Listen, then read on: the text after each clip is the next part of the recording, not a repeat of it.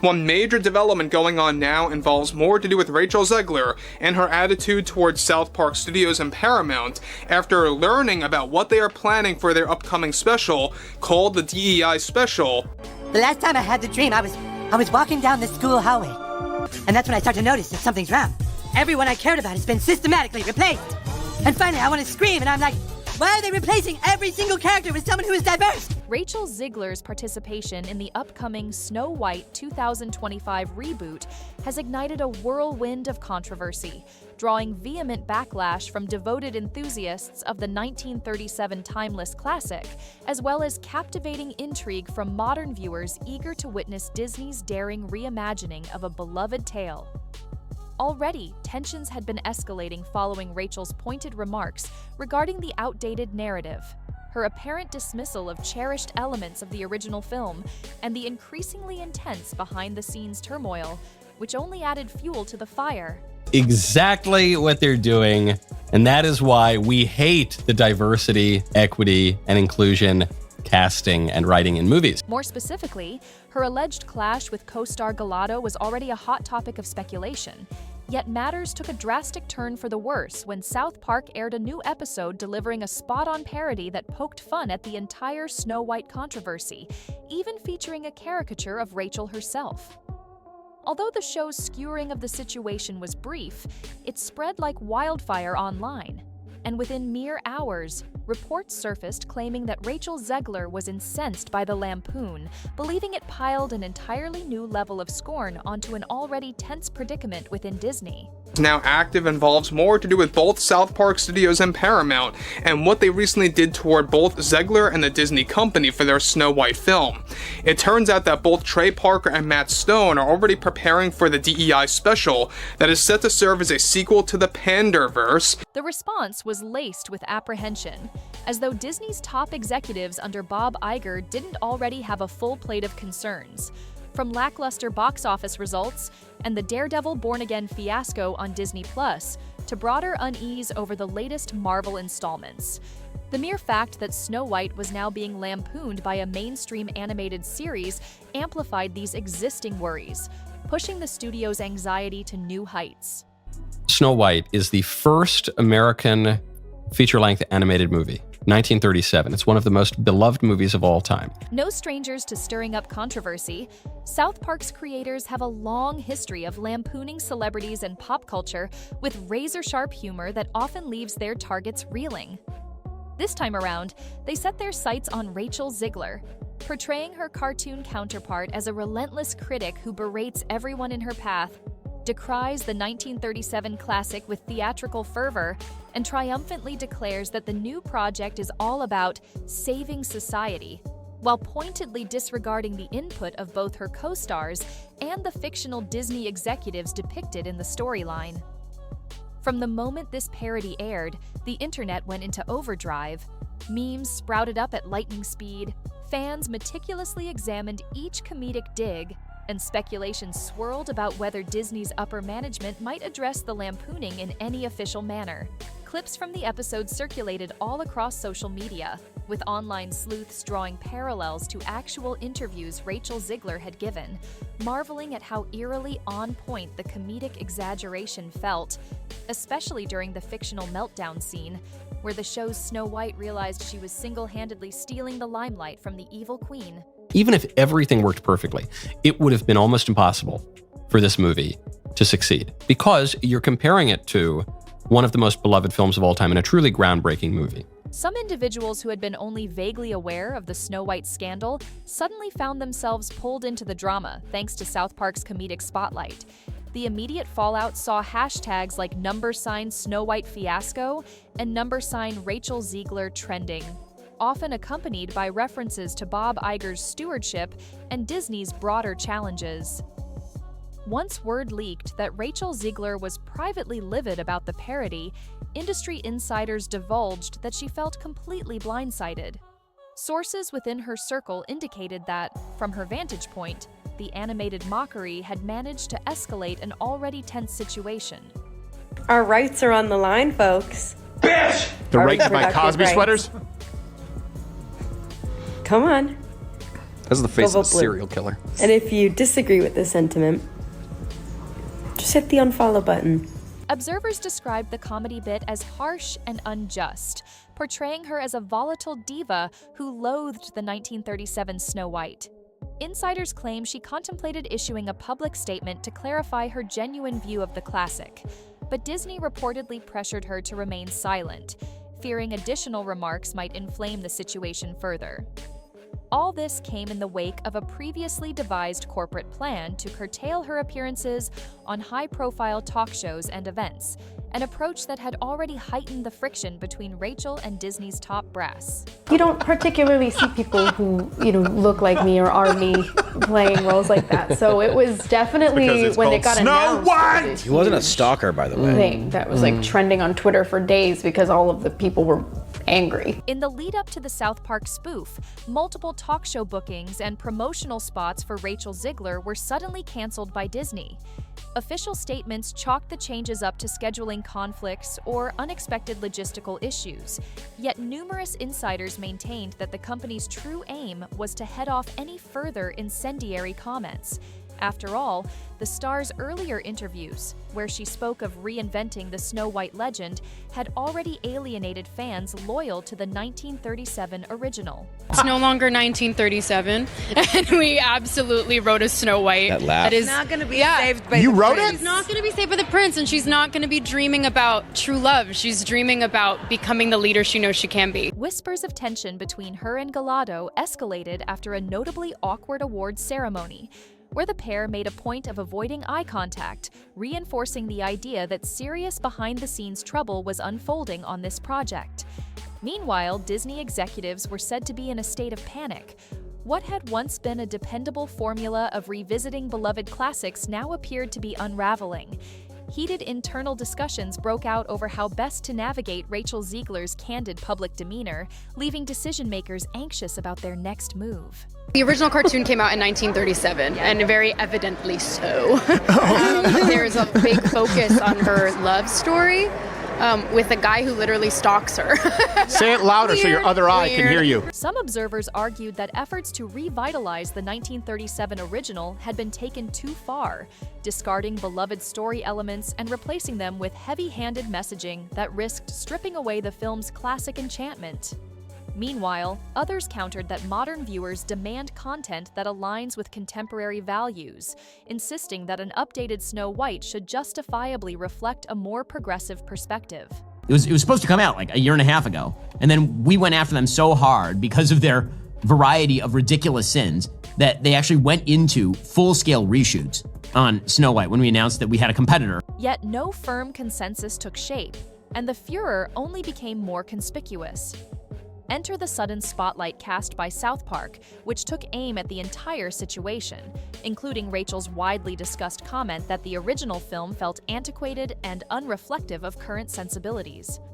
By mocking these points, the animated show hurled the controversy straight into mainstream pop culture's crosshairs, and for several days running, the storyline wasn't just about an actress criticizing a treasured classic or a rumored clash with her co-star.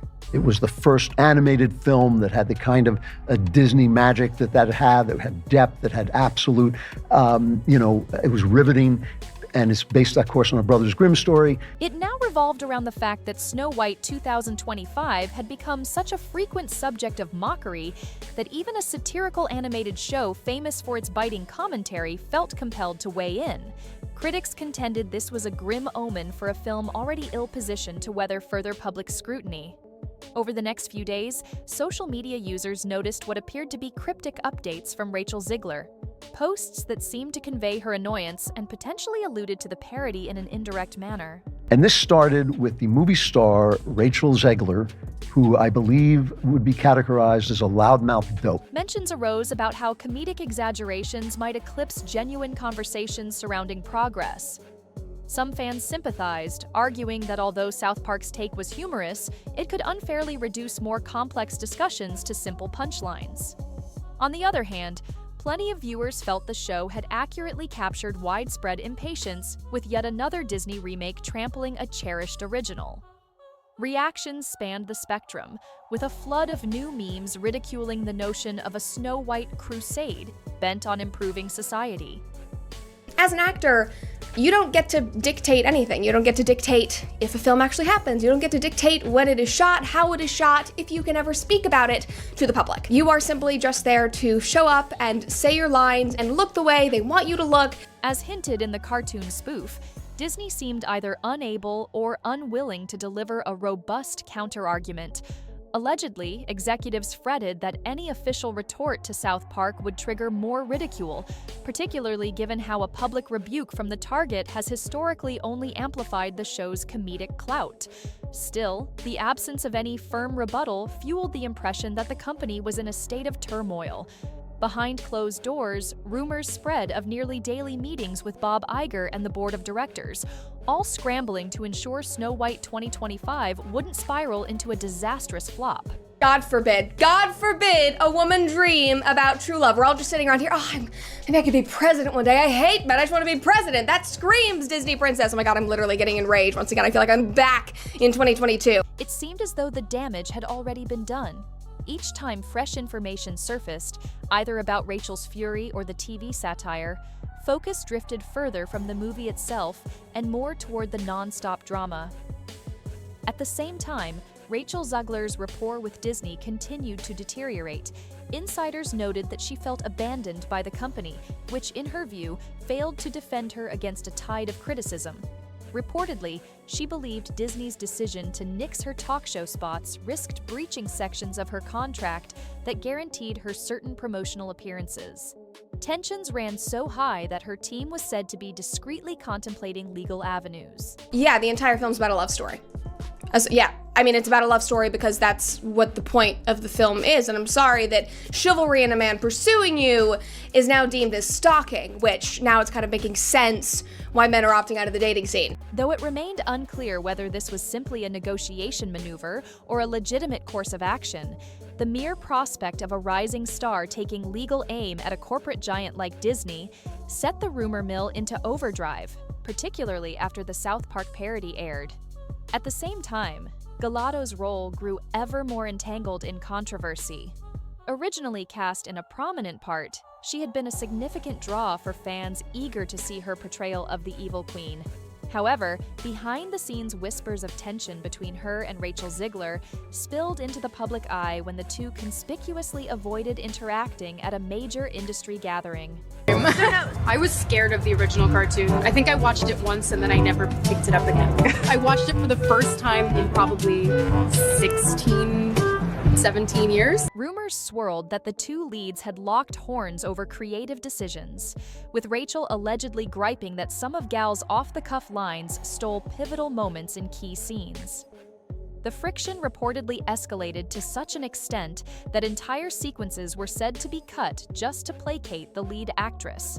This idea gained even more traction when placed alongside South Park's Lampoon, which depicted the Snow White character hurling accusations at a caricatured evil queen for eclipsing her spotlight. For fans and casual observers alike, the chaos grew almost otherworldly. On the one hand, a significant segment of the audience felt that the new film was stomping all over a treasured classic, leaving them uneasy about just how far the remake would stray from its roots. On the original production, I was scared of it. Oh, it was so weird. It was a stalker. Like, I feel like if you are taking on the most iconic Disney role ever, genuinely, like this was the most prolific Disney film, I feel like you should kind of have some sort of reverence for the original production. On the other side of the debate were supporters of modernization, who applauded Rachel Zegler's bold vision to reshape Snow White into a version more reflective of today's world. Many viewers were genuinely intrigued to see how the film might weave classic Disney enchantment with updated themes and contemporary values. However, the tidal wave of bad press, fueled by relentless rumors, abrupt cancellations, and now scathing satire from a pop culture heavyweight, threatened to completely overshadow any objective reception of the final product. The chaos only intensified as key promotional opportunities vanished. High-profile interviews on top-tier late-night shows were reportedly scrapped. A highly anticipated Saturday Night Live appearance in full costume was axed, and a rumored grand musical spectacle at Disney World never came to fruition. Each time fans geared up for an appearance, a last-minute excuse, often citing scheduling issues, pushed it off the table. But according to insiders, the real reason was far more strategic. The studio, they claimed, was terrified of what Rachel might say if given a live mic.